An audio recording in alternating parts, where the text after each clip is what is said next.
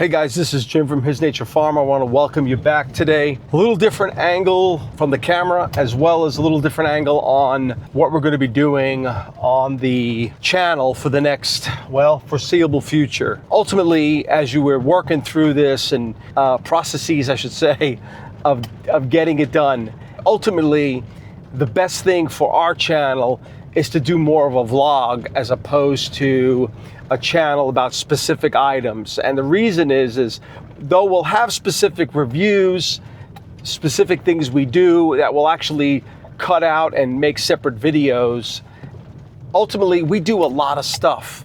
And there's so much stuff that we do that it's going to be hard to manage. Being that we're going to take this new direction, I wouldn't say it's a new direction, I would say it's just a direction that for us was kind of finding your way. You know, that's how it is, right? Say interest in all different things, whether it be solar and stuff like that. It's hard to kind of figure out, right? So rather than mess with that, I think we've kind of found our footing. And of course, for some of us, we just want information, and that's great. So what we're going to do is, as we come along and do the vlog, and this would be more like a Justin Rhodes kind of thing. You guys are familiar with his channel, where I think he does kind of a vlog and kind of shows him throughout his day. I'm going to do the same sort of thing because I think we do a lot of stuff, and I don't know exactly what is going to be beneficial to you. And rather than me dictate that to you, maybe you should kind of dictate it to me, in the sense that I put it on there on a vlog and then you pick what you want to watch. Now, we'll probably eventually break it up into chapters, so maybe you can find it selectively, or anything that I think has a lot of value in it. Let's say, for example, installing something or putting something together. I think we'll do that in a separate video. So we'll break that off of the main vlog channel and we'll do that in a separate video, something that we see a lot of value in.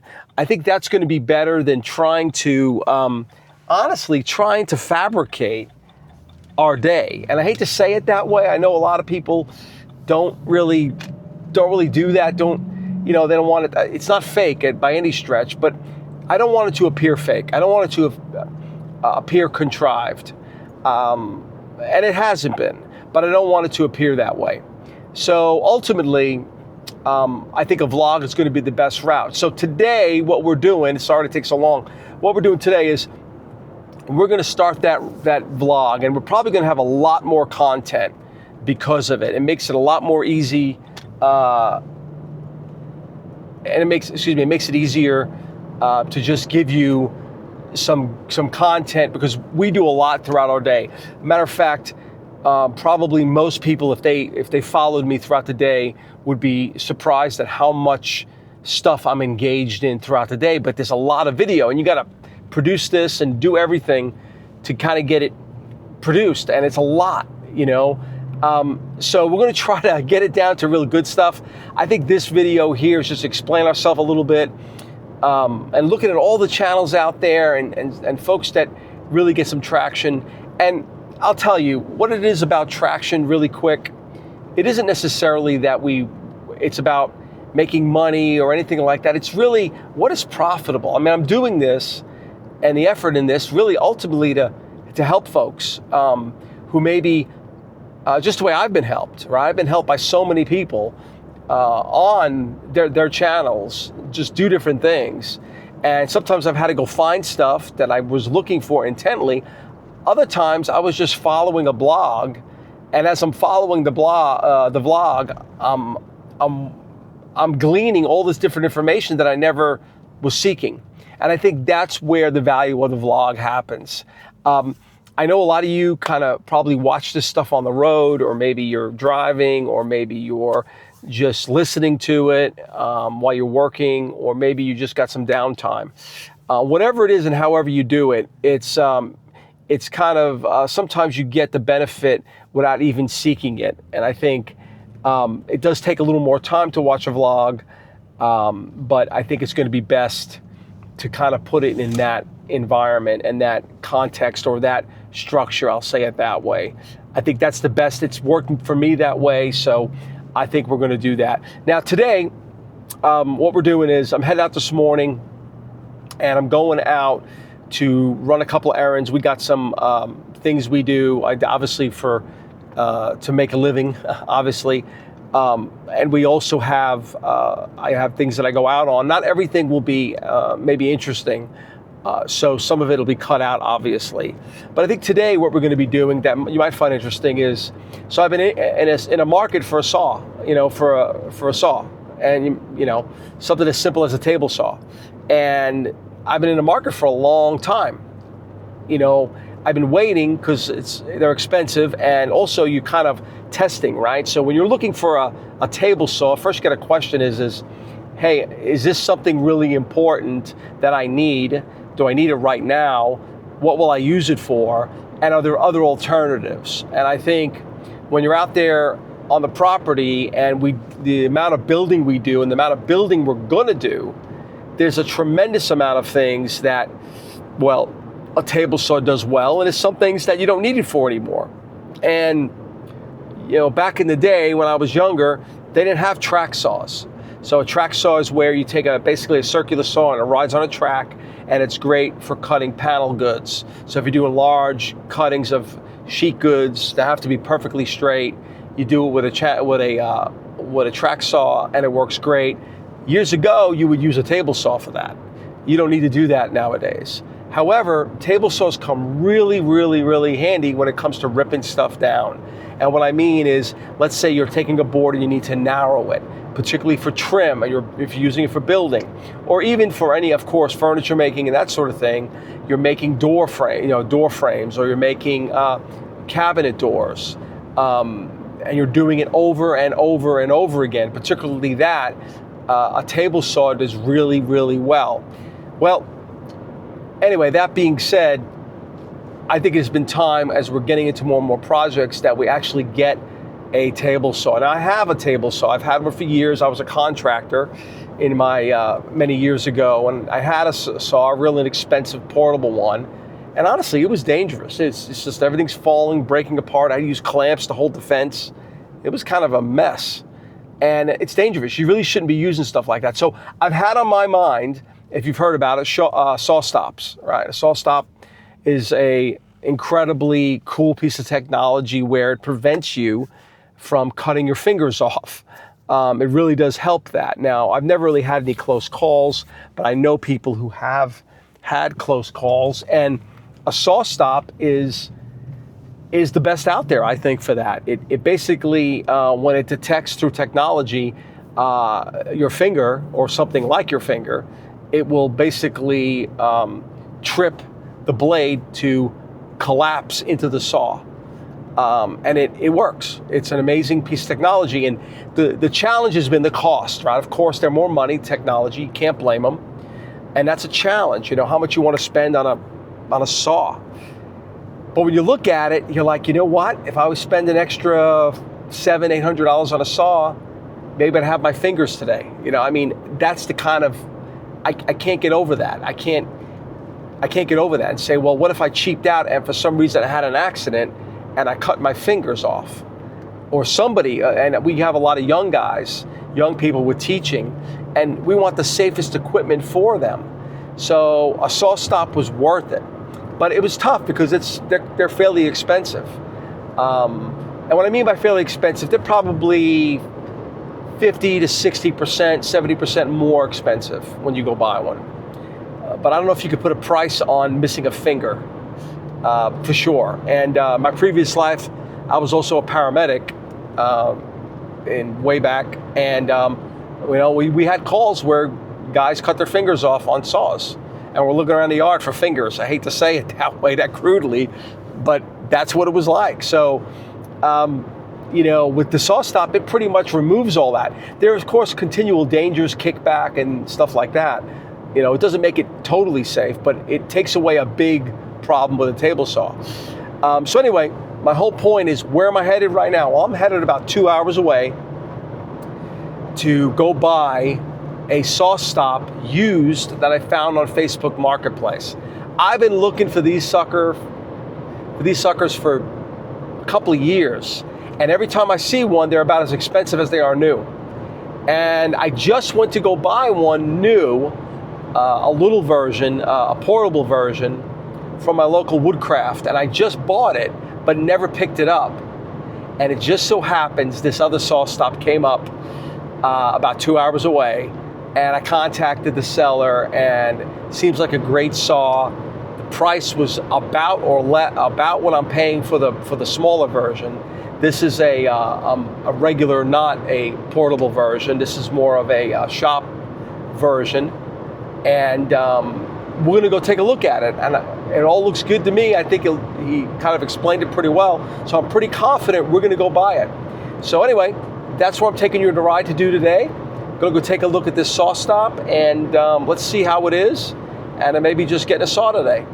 Okay, so I'm back. I went to the to get this saw, and I picked it up. Got there to get it, and it was in a shed, basically. And the story was that the guy who sold it inherited the saw from someone, and he didn't use it. He didn't do woodworking. So he put it up for sale, and of course he had a ton of responses, and I just got there basically first. Let me show you the saw, and we'll kind of show you where we're at. All right, so, all right, there it is. All right, so this is a SawStop 1 3/4 horsepower saw, and it's got the legs. I guess back in the day, I don't know if that's kind of an older version. I know they have a newer kind of carriage version here, but it came in pieces and parts. So I got the fence, I got this thing. I'm thinking this is where this somehow was where the fence rides. I don't know. There's some parts missing to it. And bear with me, I really don't know what everything exactly is. But I do know one thing, and that is that this works really well in the sense that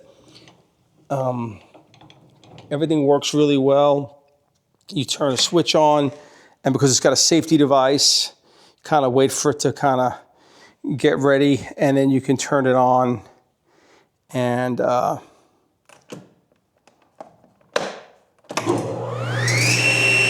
it is. Sounds real good. All right.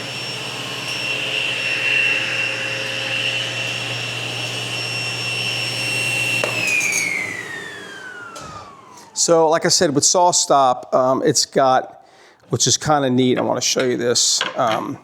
So here's the big key right down in here. Here is the reason why you're paying the money.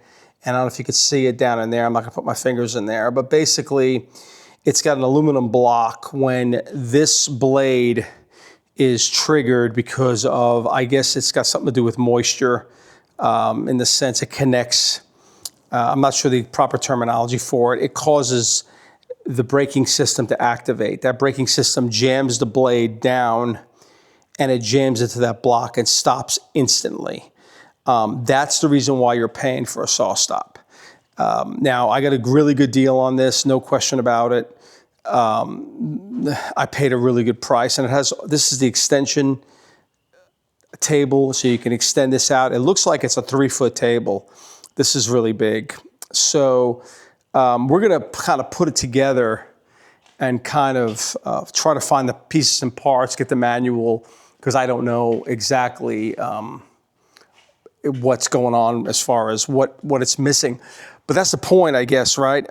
When I went back and priced this saw is at about $2,300 without any accessories at all, including the carriage that rolls it around. So $2,400, and I got it for a lot less than that. So that was a good deal. It needs a little bit of cleaning. It's obviously been out in a shed, in a little shed basically, where it got a lot of humidity. So yeah, I'm thinking it's a good deal. As I said, for the shop in here, just real quickly, I also got this with it. So this is dust collector, which has got all the parts and pieces, and it really just looks like the bag is missing. But I got a lot of parts and pieces it came with, which is, I'm going to put that together, which is really cool. I mean, that's probably, I don't know how much that is. I'm guessing it's a couple $500. I'm guessing. I don't know. I'm just guessing. But comes with that, and it looks like all the parts are here for that. So I'm pretty thrilled with that, getting that as well. I guess that was all part of the price. So we're going to hook this up in the shop here, and I've got a lot of tools typically to get going and get together. So yeah, we're going to put it together and see how it goes. So anyway, that's all for this time. And I'm going to hook it up and probably kind of show you guys once I get it together how good it did and what we actually got, and you know, if it was really the deal that I think it is. I mean, it looks like it is. So anyway, we'll be back with you shortly, and I'll kind of fill you in on how it's going. All right, this morning headed back into the shop today, and ultimately what we got here is got one of our ATVs. It starts, well, the battery's a little dead right now, but ultimately it does not move. So happened to have a family member driving it, and it stopped moving. It ran, but it stopped moving. So well, I know what it is. It is a belt sitting right in here. There's a belt in there. It's a drive belt. These things work on a centrifugal clutch that kind of spins, and as it spins up, it squeezes and causes friction, and it's like a friction belt, and it comes in here. So we're gonna have to get that belt. I'm sure it snapped. This is a Coleman thing that I got. Well, I used to fix these things, so I know exactly what it is, and it's a little tricky to get at when you're in these. When you're in these things, you don't have much room, as you can see. It's hard to get to in here. So that's part of like farming, is it not? I mean, you just got to deal with fixing stuff. We got our bikes here. I got a flat tire in this, so this is not patchable. The damage is to one of the knobbies. It's split. So, and this tire was pretty new. So I'm going to order the belt for that. I'm going to order the knobby for this, and then I'm going to get that put on, and so we can ride the bike again. This one runs fine, no big deal. And then of course we're back to our saw. Here what we got, we got to get this extension table. So what we have is, as I said, we bought this, as you know, I bought this used, and it's missing some parts. And this is the extension table. This kind of goes on the front here. It extends this table out pretty far. I think it's a 3-foot table, and it's missing parts like the handle for the fence and stuff like that. So it runs great, but it's missing some of these parts. So tracking this down is a problem in the sense that sometimes it's kind of hard to figure out what you're looking at, particularly because the extension table on this is an option. It isn't something that comes with it. So how it mounts up and everything, and it looks like it's as simple as, you know, mounting it up into here, but it's not that. It's seems like there's a bracket that goes on there underneath it. And then here we have our, we do have some, we kind of work this. This thing works. This is our vac system. We want to get that straightened out as well and order some parts for that. I have that part list. This I don't have yet, the full part list, because it's kind of piecing it together a little bit. So we got to get that as well. So I'm probably gonna ride up here in a bit and get that stuff ordered. As you can see, our shop here, we're just getting it installed. We're getting our tools in here, and it's kind of a mess right now. We have a lot of stuff going on here. We also have some wiring. I don't have the wiring in this building done yet, and I'll kind of share that with you when I do it. But what's great when we built these buildings, I'll show you. We had 100 amp service to each building put in the sense that we have 4 meters here, which works out great. And we're going to put those meters in to each building. Each building will have a minimum of 100 amps. 100 amp service is pretty good unless you're going to run some real heavy things. We're not going to run anything real heavy here. We're not gonna probably run any 240 planers and stuff like that, 220, excuse me, planers or anything like that, or anything bigger. So it ain't gonna really matter. I have enough at 100 amps on these buildings. So getting this set up for to be a workshop is a process. So we had to bring a lot of stuff down from up top. And I'll show you that as well here in a second. So let me go up there and kind of show you what we're gonna be moving down here and kind of see it's just a process. Because when you're moving stuff, as you know, you got shelves and everything else you gotta put in here. And to get this all going, you gotta get the shelves down here. Well, the shelves have stuff on it, right? So you gotta take the stuff off the shelves, get the shelves here mounted on the wall, get them all in, and then kind of put everything on it. So it's a big process to do this, but we've been living like that in the middle of the construction of the barn. We had it kind of half tools, half living, and now we're moving out of that. So let me show you that. I'm gonna go up there and show you what we got going on up there, just so you'll know.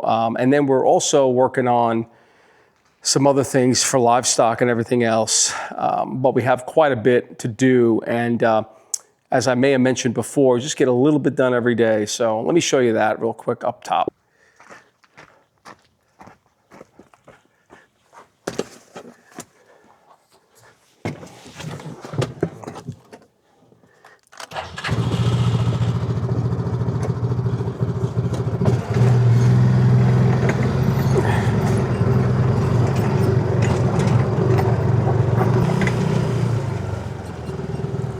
I wanted to show you real quick. I just remembered. So we had some large trees. So you see these trees here. We had these giant trees, and we had one of them sadly come down, and it came down right here. Now, when you have a lot of land, particularly like we do, and if you've done some clearing on the property, like we have done some clearing in this area, not a lot, but enough. Well, some of these trees, these ginormous oaks and trees like these are maples, I think. That's an oak, I believe, right there. We have a couple of trees at the top. They're old, and they're not, when you do some clearing, you gotta be cautious. You're changing the wind dynamics around that tree. Now, this tree that was right here, that you can see is just wood chips right now. This tree came down, but it was rotted inside. So if you were to look in that tree, it was rotted inside. These trees are very old. So sometimes that happens, and it's kind of sad when that happens because that tree's probably 80 years old or so. So we're gonna have to come back in here and, if you will, and just do some planning in here and stuff like that. We've really, it looks great now. It really has cleared up a lot. That's another, I think I mentioned, that's a home site over there, another home site we can put in. But it really changes it. Now, if you get trees down, and we had one down at the bottom there beyond the pond, and we had one here. If you get trees down, and this is the question, right? This tree was enormous. This tree was bigger than that one. Okay, so it was enormous. It had a 3-4 foot around, probably 3.5 foot around circumference, 3 or 4 feet diameter trunk on it. So it was really huge. And the question is, well, what do you do, right? If do you cut it up for firewood? We could have cut it up for firewood. We don't need that much firewood though. So what's great is I have a good relationship with a company that comes out and does a lot of my mulching. You would never cut this. The average chainsaw, you can't cut it. It's huge. So to get them in here and do that periodically, you really need to, that's probably the best bet unless you're going to spend days and days cutting this thing up. And a lot of it was rotten. So I don't know how good it was, but we had that done right here. So it just makes mulch, and what'll happen, and we've had a lot of this mulched, in different times, different places. What'll happen, this mulch will turn to compost, and it will eventually, there'll be grass in here, and it'll just grow back. You don't even have to seed it. It'll just grow in. So it's a good option for you if you ever have that problem. Let's go back up to the top. It's getting warm out. You know what that means? Grass is growing. Hey, real briefly, I wanted to stop real quick. It's a good sample. I don't know if you saw it down at the bottom, but we had a lot of grass down there. You could see the difference in the soil. I don't know if you could see it here. See how sparse everything is up here? This is because the topsoil being washed away, okay? They had some animals, some cattle up here grazing, and it just completely destroys the grass. And when it destroys the grass, what happens is the binding mechanism that keeps the topsoil on the top of the hill goes away. So when it rains, it washes down the hill, and also it'll also heat up, and it'll start cracking. And you can see it. I mean, it's just this very little soil up here. It feels very thin. It feels very hard. You see a lot of surface rocks. Okay, so the question is now is what do we do, right? So I'm going to stop right here a minute. So the question is what do you do for the soil? What do we do up here to get the soil back? And it really is it's a process, you know. Ultimately, you got to get some plants growing up here. You have to have something that holds that soil. And it's hard because you have a lot of clay, particularly in our area, and a lot of rocks.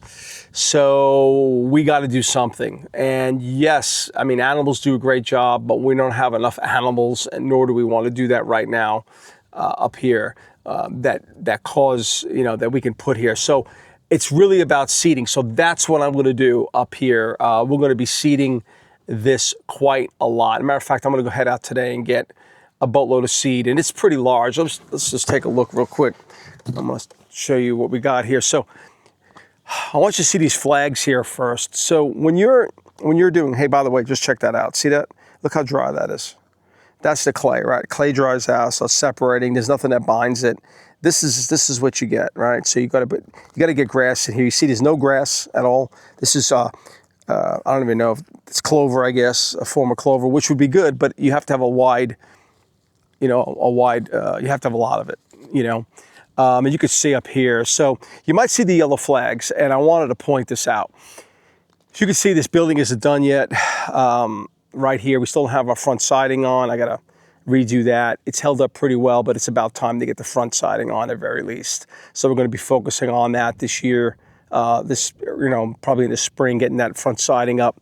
But that's not really a big deal as much as it is getting something down on this hard-packed hard pan, as you can see. And that's the key. So the yellow flags are where we're going to put our pathways and walkways. Ultimately, when you're planning a landscape and you had something here that's very raw like this, where we just plop the building here, it's hard to discover and to kind of know, okay, where am I going to put bushes and walkways and grass even? Where am I not going to put grass, right?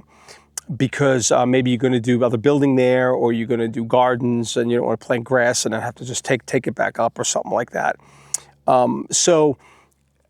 You kind of want to know where and what direction you're going in. So as you can see here, we got these yellow flags, and these flags lay out the width of what we would call a pathway. Now, we have a pathway starting out here, and you probably can't make it out, but it kind of goes in a turn, and it kind of comes up here and turns, and then we have a breakaway to the right. This is a small path of about 6 inches, and you'll see flags all the way down there. Okay, so we'll break it off to the right here, going down here, and this is only 6 feet wide. It's more of a path, and we're going to go up in here. Now, I want to show you the product that we're going to use for this, and that's the big deal. I may have showed you before. I think I did actually show you before, but we're going to use millings, which is asphalt millings. In other words, when they redo a road, they tear it up and they grind it up. By far, the best product to use if you're not going to pave it or you're not going to put blacktop. This is the next best thing to blacktop. It binds itself. It's very fine. It doesn't move. It doesn't. You don't have a lot of big rocks in it, and it works great. So we're going to use these millings here, coming down here, and it gives a country kind of look to it. You see, we got our fence posts in here, and we're going to go and we're going to follow this, and it's going to be curved. So when we do it, I like doing things in curves and sweeps, not straight lines, because straight lines to me look very much like grid, and this is a farm that has to have some beauty to it, I think. So I like very rolling, and I'm not really artistic, but enough that I like stuff that isn't always so parallel lines. I want it a little more flowing. So that's what we're going to do right here. We're going to put that in here. So to do that, we got to get some of this right here, which there's a lot of viewpoints on this. This is what you call, weed barrier. Actually, it's called geotextile. Geotextile is used a lot, particularly in soft ground, and you lay it down, and it really, people have the wrong impression of geotextile sometimes. Geotextile isn't for weeds when you're talking about driveways. Okay, it's not for weeds, because to be honest, if you put down even rocks and you're cutting the grass, you'll shoot a weed seed, and it'll grow in the rocks. So it really isn't much for rocks. I mean, it does help getting the weeds out. It's more for stability of the ground. So let's say you have a very soft soil, very mushy, which we don't have. We have clay and rocks. But if you have a very soft soil, you put down this geotextile down first, and what it does is you then lay some bigger rocks on top of it. Those rocks hold that geotextile fabric in place.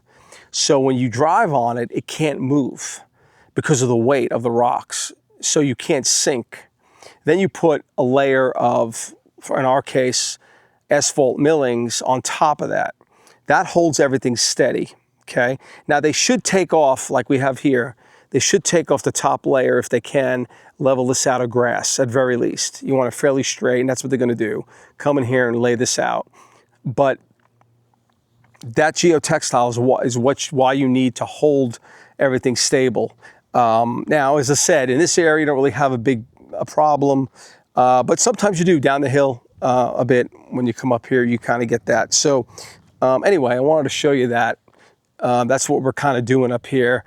It's funny, you're doing 15 projects at once, and you're doing like 5% of each of the projects at a time. You're not necessarily doing everything at once because there's so many things. Well, you're doing everything at once, but a little bit, because there's so many things to get done, so many things that you have to finish when you're doing something like this, that you just take it one step at a time. But the key, again, do something every day. So let me show you what we got going on in here real quick, and let's take a look. This is the game, what was the game room? Well, it's gonna be a game room. This is just where the tools are coming out of. Okay, so as we're using them, we're going down the bottom of the hill, bringing them out of here. This is gonna be a game room. Again, this is the last thing we're gonna do. It is all insulated and everything else, which is great. But it is just a storage room right now.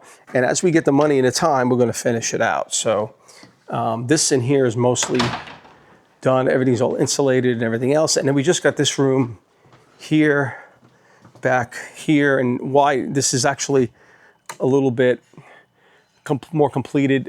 We had the insulation put in, so it's all insulated. We got our heating system put in. And what we're doing here, this is a craft room. Sewing, for my daughters like sewing, crafts, and that sort of thing. So this is kind of they want to call it the ladies' parlor. I'm not sure, but whatever that means, it is. This is their space to kind of maybe get away from us. I don't know. But ultimately, this is a pretty good sized room. It's 16 feet by 13 feet, pretty decent size. And we're gonna maybe add another window here. I'm getting here. I don't know about you guys. Do you have problems with these guys? I don't get it. I don't know where. I guess they're coming out of hibernation, and they're everywhere. And I'm not sure how they got in, because this window is perfectly sealed. I mean, maybe a little bit around here. We got to spray some spray foam, which I did forget, but it's pretty sealed to me. Anyway, so got to put the door in, which we do have, and the flooring in here. So anyway, that's kind of what we're doing here. And now I want to show you one last thing before I close on this episode of his nature, I want to show you this little table we bought. So we've been on this Temu kick to see if these things are actually any good. And so we bought this table from Temu. It was pretty reasonable. It was only like, probably, I'm guessing it was less than $200. It was probably $150, $60. And it's a pretty good little table. It's probably maybe 4 feet across. I don't know, maybe a little bigger. I think it'd be hard to fit. I mean, you could fit 8 people. It'd be a little tough. It's pretty sturdy. It's not too bad. But we didn't get it for our use up here. We bought it because we're going to be putting in an RV down the hill real quick. And let me show you that too. What the heck, right? Got you with me. So let's take a look. So we got an RV going in, and again, what do you got to do on a property like this when you're out and you're kind of got all this land? You got to make it economically work, guys. I don't know what else to say. You can't, unless you're like independently wealthy and have a trust fund, you got to make it economically work. And there's 2 types of economics, right? The first set of economics is just maintenance, like just making it where you can buy the property and just pay the electric bill if that's what you have, right? And, cut the grass, and hopefully you don't have a lot of things go wrong, like trees come down, right? Or there's another type of economics, and that type of economics is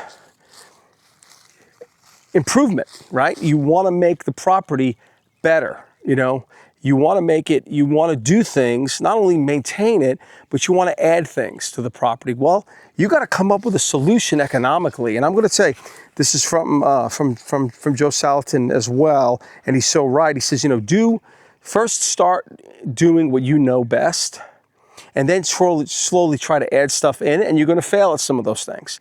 But you got to have multiple streams of income. Yeah, if you rely on, whether it be a YouTube channel, okay, that might be a little bit. Whether it's farming, you could do that. Whether it's different types of animals or different types of farming.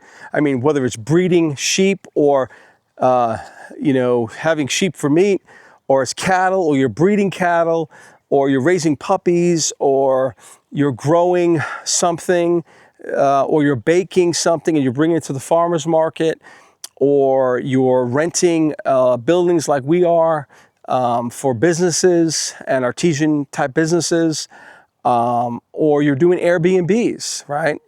And that's what we're going to be doing here, because the property's so nice that we feel like we want to share it with people. So this is one of our outlets, right? So we built this spot right here. I put this in when I put in the thing. And here's something else I want to mention. When you're doing something like we did here in this building back here, this house, when we built it, we designed it right in. We just said, you know what, why don't we add a couple of wires, a couple of pieces of pipe, so in case we have an RV come here, we can do that, right? So in case we have this RV, we can do that. Well, guess what we did? We had the pad flattened out when he was here doing the driveway. Pad came in. Now we have our hookups right here. We got to put our base, our meter in here for hookup. We have water. We have septic right here. Everything all in one. Now we can do an RV. And I think that's what's really important, right? Is how we're going to share this property, but also how we're going to economically maintain. So there's a couple of great points when you do this, right? One is, now we could put anything here. We don't have to put an RV. We could put a little mini tiny house or whatever. But right now we have a friend and he's going to let us use the RV, which is great. And that will really, will help him and he'll help us. That works out excellent because ultimately we can then share it with people, but we have a place for guests, family who need a place to stay. And also we have a rental where people could come and they can rent it as an Airbnb and they can stay for a couple days. I'm sure this will be kind of that sort of thing, couple day kind of stay. And it gets our feet wet with Airbnbs on this property. And as we develop it, we have a lake and we have to have a lot of work in that. So, you know, it works out good, but you've got to come up with these solutions. And if you don't come up with these solutions, you're not going to be able to get the property to where you want it to be. Now, again, you may be kind of an introverted person, or you're a family that's pretty private and you don't want to do that, and that's fine. That's fine. That's okay. Yeah, but you got to find something, right? You got to find something to do, because it ain't gonna, the money, I don't know. I haven't found the seeds for the money tree yet.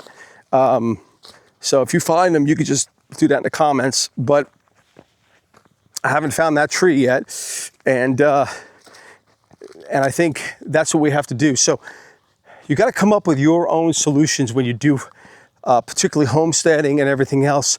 You could do a market farm, you could do all that. But I'm going to tell you, you need more than one way to make an income. You can't be so locked in on, well, I only like this. Well, I'm going to tell you, if you only like this and that thing you like doesn't work, or something happens, you could be fairly disappointed, So ultimately, I think that's what we're doing here, is figuring out how to bring an income in and how to make it where it's enjoyable. Now, as you know, homesteading, this is your life. I mean, and if you don't like being on your property and you're maybe more extroverted, you like to be out on vacations a lot, probably not going to be for you. Particularly if you're going to do anything rather extensive, it's just not going to work.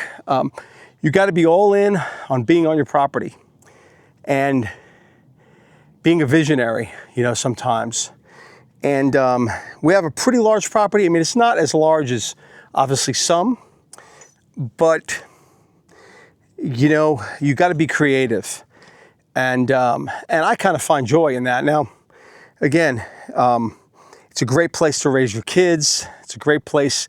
But here's another thing. Here's another thing that had a real interesting thought process with this, right? So a lot of homesteaders really like it, particularly when their kids are young and your kids are small and they're really interested, and then they grow up, and let's face it, they may not find the same interest that you had, right? Now, they may grow into it. I think that's possible. I think as you get older, your values tend to change and your thinking changes, obviously. When you're young, you have this aspirations to sometimes, and you don't necessarily think the same way. I know I don't think, I haven't thought the same way I did when I was younger.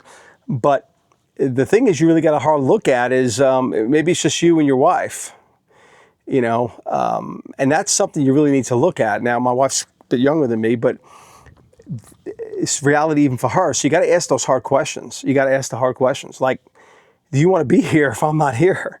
Do you want to take care of this? If you do, or if you want to keep it, what is it that you like to do, and what is it that you don't want to deal with? These are good questions, because just because you're here, and too many people think they're invincible. And I'm going to tell you, it doesn't take much, and you're not invincible anymore, and maybe you're not even here anymore.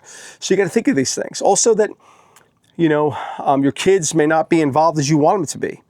And it's sweet and everything else when you have the baby, sheep and the baby ducks and everything else. It's real sweet when they're little. But then when they hit 15, 16, they might not really appreciate the ducks anymore, and that's okay. But there's a season that they go through, right, as we all do. And then, they get married, they have children of their own, and it kind of changes again, right? They turn back into what happened with you, because they want, many times, if you raise them right, they're going to want the simple life, and that's just straight up. If they don't want the simple life and they want a crazy life, they're going to soon see rather quickly that that's an empty life. Sorry to say, it just is. And, but it takes time. So you got to be here, and you got to be able to carry through when you don't have very, very many people interested in it. Now, we, of course, have a ministry here, as you've seen. We have a lot of youth and a lot of people come. We have people coming tonight as well. We're always engaged with other folks, but you got to have people around you to keep you motivated. If you're just doing this, it's very hard. If you're just doing something like, particularly something of this size, if you're just doing this for you and your wife, and you're going to walk around and play with your animals all day, I mean, God bless you. If that's what floats your boat every day, 7 days a week for the rest of your lives, great. I mean, you're different than I am, but for me, I got to have a little more purpose in that. Some people find a lot of solitude, and I get it. That's great, but these animals and these things take a lot of work, and it doesn't stop because you're sick or you're tired or you're moody or whatever. It doesn't stop. So anyway, enough about me rambling. I want to thank you for joining us at His Nature Farm, and I look forward to getting back to you. We got a lot of things happening this year, and as I said earlier, this is a little bit more of a vlog. I think that's where we're kind of moving towards. So there's going to be a lot of stuff going on, a lot of different parts, and hopefully if you have comments or you want to see something or you have a question, please do that in the comments below. I do get a lot of comments, and I try to answer them if I can. Some of them are not answerable, but if I get that and you really have a question or you want to add something, I'll share it for sure. If it's something very good and something that maybe I didn't know about, or whatever, I'd love to share that with everyone who watches, because this is a community, basically. So anyway, you guys have a blessed day. This is Jim again, and have a great day, and we'll talk to you soon. Bye.